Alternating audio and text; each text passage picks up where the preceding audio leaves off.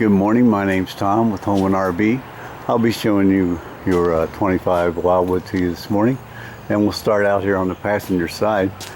I do have your awning partially out just to demonstrate it does work, and the lights are on. You do not want to leave your awning out in stormy weather, rainy weather, windy weather, any kind of weather that's only a sunshade. So as long as the sun's out, you can have it out. If the sun's not out, I'd put it in. At night, put it in, and if you're not around the unit, put it in. Your roof has a solid membrane on it, front to back, side to side. There's a Dicor seal across the front, one across the back. Everything that comes up through the roof has Dicor sealant around it. Dicor is a brand name. They make a lot of things for campers. They make this sealant that's non-silicone. Do not put any silicone on that roof. It will eat through the membrane. We'll start up here with your storage area. Goes all the way through, and your hitch works in here as well with a light. So come on around to your LP tanks. Your LP tanks are both full, and this indicates that we're drawing from the passenger side first. When this runs out of propane, this screen will turn red. Then you can switch it to the driver's side LP tank, and it will turn green again. You'll take the empty one off, get it filled, and that way you will not run out of LP. Does not matter which side you start on first. Behind the tanks, you'll find your deep cycle marine battery. You want to check the cells about every 4 to 5 months. Make sure water's staying over the plates. If it's at or below the plates, just add some distilled water. You do have a battery disconnect located down here on the frame, and as it's on, then the battery is in the circuit. If you turn the key and turn it off, it takes the battery out of the circuit and keeps it from running down. Your automatic landing gear is here. You have up and down and a light to work by. So we come on around the other side of your storage area. You have stabilizers on all 4 corners. Once you've leveled up your unit from one side to the other by pulling up on blocks on the low side tires, then you'll also level it forward and aft with your tongue jack.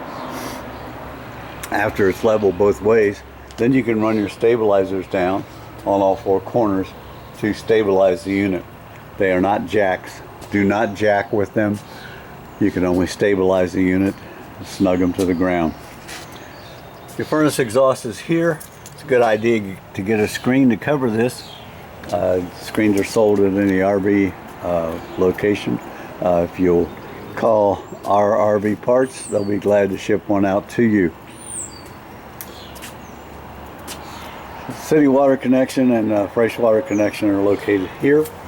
Your city water connection, it's a good idea to get a pressure regulator, keep the pressure at 55 pounds. That'll keep your lines inside in good shape, and then you can plug into the city water station at your campsite.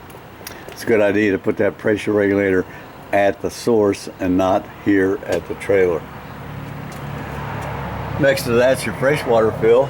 Freshwater fill can be filled with a hose, and it's an onboard tank, and it has a demand pump that will distribute the water when a valve is open, and then once the valve's closed, the pump will turn off. Go around to your 30 amp service. All that cable is yours. It was plugged into 30 amps. You do have a black tank flush, and we'll talk about that in just a minute. Your dump is back here for your toilet and your gray tank, and the toilet's a big black jackknife valve on the right, and the gray tank is on the left with a small gray pull on it. What you'll do is you'll connect the dump hose with the bayonet connection on the pipe and on the hose. Make sure the hose is in a dump before you pull the black valve. Dump your black tank first, and then close that valve and dump your gray. You want to let those tanks fill up to at least 2/3 before you dump them. That way the water in the black tank will take the solids and the paper away. Now once you've done that and the meter inside shows that there's still something in the black tank, it means there's something caught on the sensors. So you will hook a hose up to this flush. Make sure you have your dump hose in a dump and the black valve open before you turn the water on at the black flush. Once you turn that water on, it will flush out your tank, and you should have nothing showing in the tank when that's finished. So come on around to your demand water heater. Demand water heater is located here, and it is a good idea when you're asking for hot water is to turn the hot water on first, and once it's hot, then you can blend in the cold water to get it the temperature that you can use it. So do not try to turn on both faucets at the same time, because the cold will keep the on-demand water heater from heating up properly. Come on around to your outdoor kitchen. You have a nice suburban cooktop, and it's gas, and we'll hook into that gas connection right there. And that will pull from your tanks. You have a 110 refrigerator out here, so it will only operate when you're at shore power.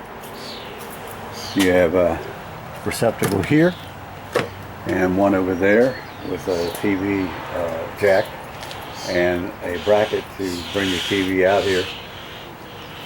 You have outdoor speakers. They are water resistant, not waterproof, so do not spray directly into them. They will not take a direct hit. They'll take rainwater and you washing the unit down. Now let's go inside and do the same thing. Your panel up here, your service panel, shows your fresh tank is full. The battery is up, and it's plugged into shore power, so it is trickle charging. Your black tank is empty and your gray tank is empty. You have your water pump on, so we can demo your water pressure.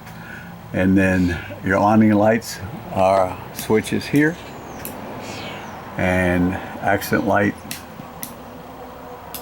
is there. And then you have your LEDs above, which is on a dimmer here. Your awning in and out here. We'll bring it in and bring it all the way in before the video is over. Your JBL Wi-Fi radio is here, so you'll hook it up to your phone. And then bedroom lights are here, and your bed adjusts up and down here with the touch of a button. You have a nice wardrobe on this side and storage above. Your couch makes into a jackknife bed by just pulling up the bottom. It will fold out. Or behind that is your thermostat for your heater, and it will, you just turn it on up above, select the temperature you like, and it will give you that temperature. Your sink, there's a nice drainage rack.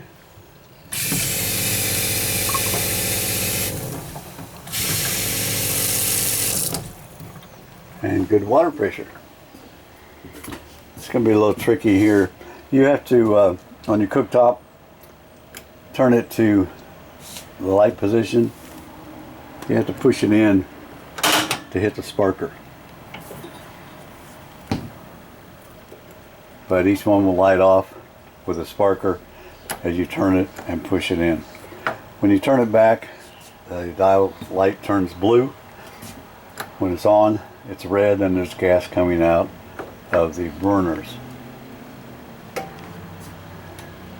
Your refrigerator, if you're on refrigerator, is 12 volt, which means while you're traveling, it will stay on and keep your food cold. Nice freezer area. And below that is your breaker panel and your fuses.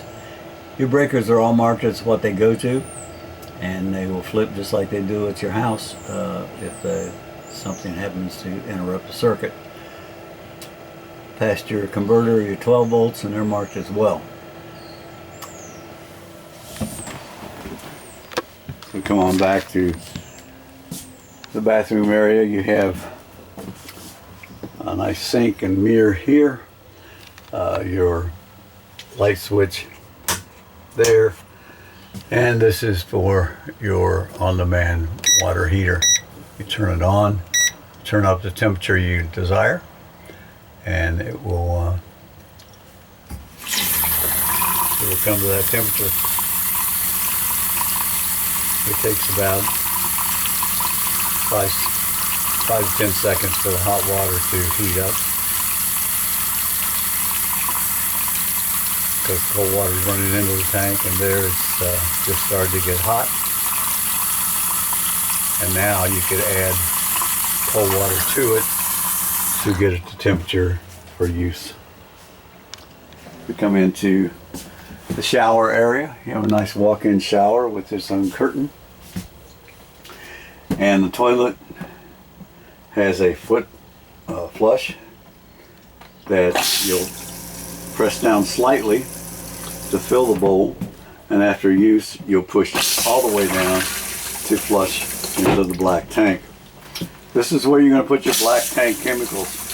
Before you start camping, put black tank chemicals down in the black tank, and that will keep your tank smelling nice and fresh. So after you dump your tank, even if you're going home and don't plan on using the system anymore, it's a good idea to put more chemicals in it and some water, and it'll slosh around as you're traveling and keep your tank smelling nice and clean. Nice bunks in your bunkhouse. Your dinette will make into a bed by taking the tabletop off of the post here, taking the post out of the floor. It all comes apart. Setting the top on each side, and then pulling the pillows forward for a bed. That pretty well takes care of your walkthrough. If you have any questions after you viewed this on YouTube, don't hesitate to call Holman's. We'd be more than happy to answer your questions. Thank you for buying your unit from Holman.